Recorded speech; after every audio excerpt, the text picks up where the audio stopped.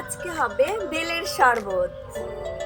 বেলটা প্রথমে ধুয়ে নিলাম ভালো জল দিয়ে, এবার ফাটিয়ে নেব। দেখতেই পাচ্ছ বেলটা কতটা সুন্দর লাগছে দেখতে। এই গরমের মধ্যে বেলের শরবত সত্যি অসাধারণ লাগে।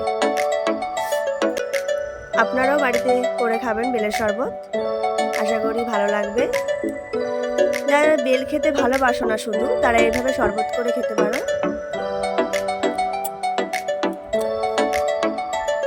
আস্তে আস্তে বার করে নিলাম বেলটুকু।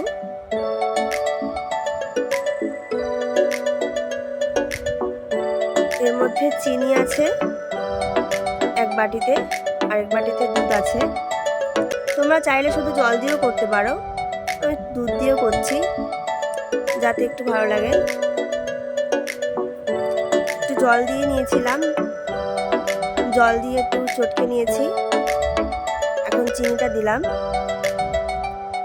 চিনিটা দিয়ে একটু ভালো করে গুলিয়ে নিয়ে দুধটা দিয়ে দেব। আমুল দুধ ছিল, গুলিয়ে নিয়েছিলাম আগেই উষ্ণ উষ্ণ গরম জল দিয়ে।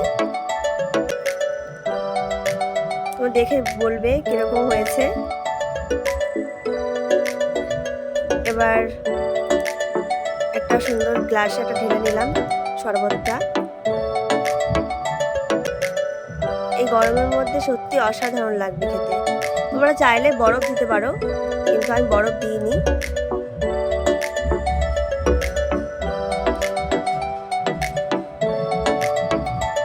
মা ছিল পাশে বসে, মাকে একটুখানি দিলাম, দেখলাম